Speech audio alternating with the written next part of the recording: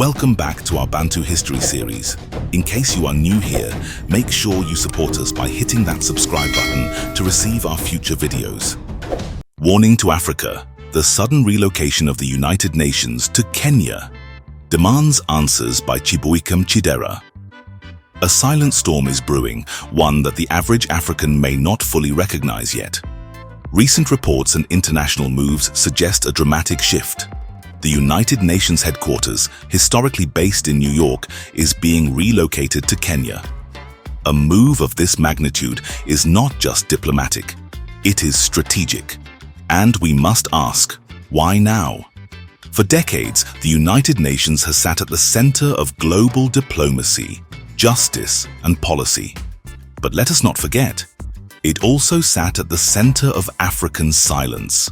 For generations, the cries of Africa about colonialism, neo-colonialism, genocide, economic strangulation, and political interference were met with silence, delay, or denial. So the sudden interest in Africa as a new headquarters for the world's most powerful intergovernmental body should not be met with joy, but with deep suspicion and critical thinking. Africans must ask the fundamental questions: why Africa? Why now? Why not bring industries? Why not relocate high-tech firms, pharmaceutical manufacturing, or energy infrastructure? Why not establish international research hubs that empower Africans economically and intellectually? Why only the United Nations, a body that has, for decades, approved policies and sanctions that either crippled African economies or overlooked crimes committed against African people? This is not a celebration. It is a red flag. Total African control must be non-negotiable. If the relocation proceeds, Africans must be in total control of every layer of this development. Security. No foreign powers should manage internal or perimeter security. The AES security body, African Earth Sovereigns, must lead in partnership with Kenyan National Intelligence and independent African observers. Technology. Databases, communication systems, surveillance tools, and biometric data must be fully managed by African engineers.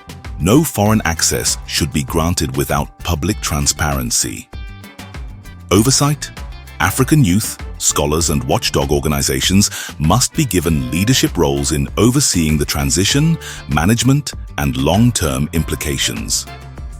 Is this another hidden laboratory? Let's not be naive.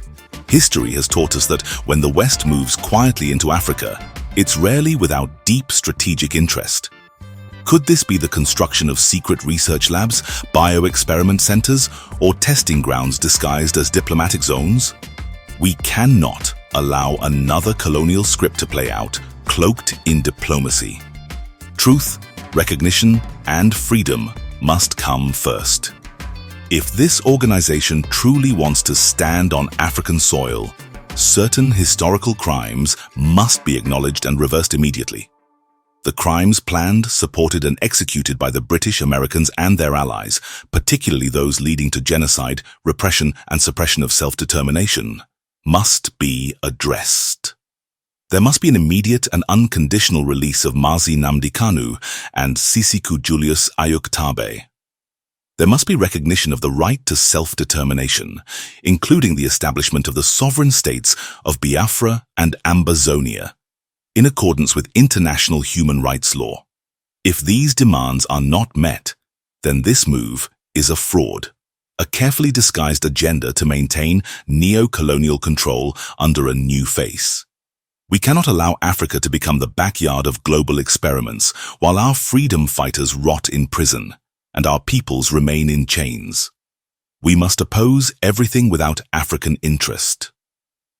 As an African, and as one who has studied history, I personally oppose anything the Western world brings to Africa if it is not first rooted in African interest. The same people who denied us justice for centuries, who watched as Africa was bled for its resources, its minds, its bodies, are not suddenly going to change overnight without self-interest. It's not paranoia, it's historical memory. Youth must rise to the front line. This is not the time for applause. It's time for strategic mobilization. The youth must rise to be the front line of scrutiny, surveillance, and sovereignty. Our elders must advise, but not compromise. Our thinkers must speak boldly. If this is not in Africa's full interest, then Africa must say no, loudly, clearly, and unanimously. Final word. Africa, be vigilant. The relocation of the United Nations to Kenya is not just a move, it is a message. We must ask, is it finally our time? Or just another setup? Until truth is spoken, freedom is honored, and Africans take full control, we say, this land is sacred. Not for sale, not for secret games. Message of redemption. If this message finds you, don't scroll past, share it, speak it, spread it, until it reaches every corner of the earth. Redemption is not just a word, it's a call to freedom, a path to truth, a gift of grace.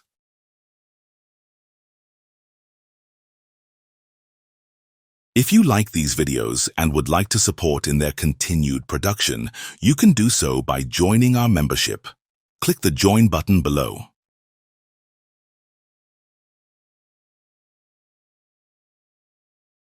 That is all we had for you today. Please subscribe, like, and comment.